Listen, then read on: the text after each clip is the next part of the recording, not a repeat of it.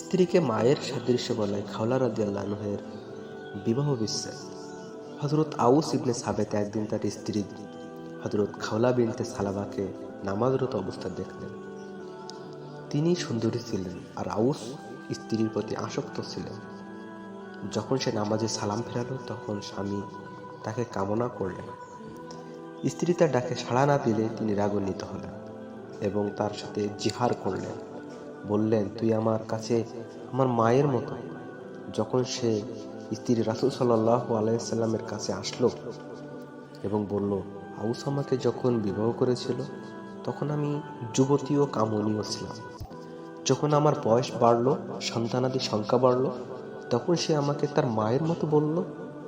আমার কিছু ছোট ছোট বাচ্চা রয়েছে, সে বাচ্চাদেরকে তার সাথে সম্পৃক্ত করলে অবশ্যই ধ্বংস হয়ে যাবে আর আমার সাথে দিলে অভুক্ত থাকবে।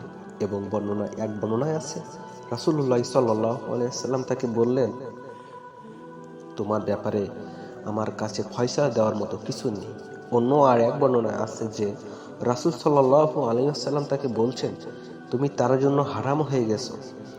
একথা শুনে সে বলল, ইয়া রাসূলুল্লাহ, সে তো আমাকে তালাক দেয়নি, সে আমার সন্তানদের পিতা এবং আমার সর্বাধিক প্রিয় ব্যক্তি।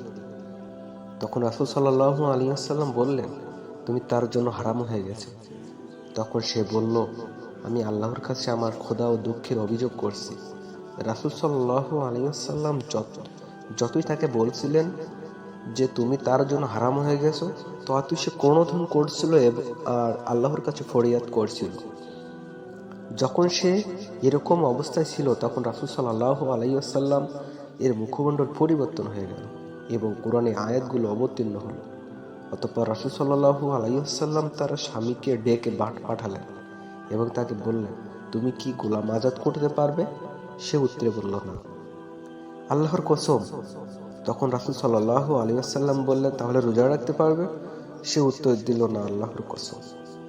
আমি দৈনিক একবার দুবার খেতে না পারলে আমার দৃষ্টিশক্তি লোপ পায় এবং মনে হতে থাকে যে আমার মৃত্যু আসবে। তখন রাসূল সাল্লাল্লাহু আলাইহি ওয়াসাল্লাম তাকে বললেন, তাহলে ৬০ জন মিসকিনকে খাবার দান করতে পারবে? উত্তরে সে দিল, না, আল্লাহর কসম। ইয়া রাসূলুল্লাহ সাল্লাল্লাহু আলাইহি ওয়াসাল্লাম, তবে আপনি আমাকে সদকা দিয়ে সাহায্য করলে পারব। তখন রাসূল সাল্লাল্লাহু আলাইহি ওয়াসাল্লাম তাকে পানের খাদ্য দান করলেন এবং আউস নিজের পক্ষ থেকে সমপরিমাণ দিয়ে ৬০ জনের মিসকিনকে খাবার দান করলেন।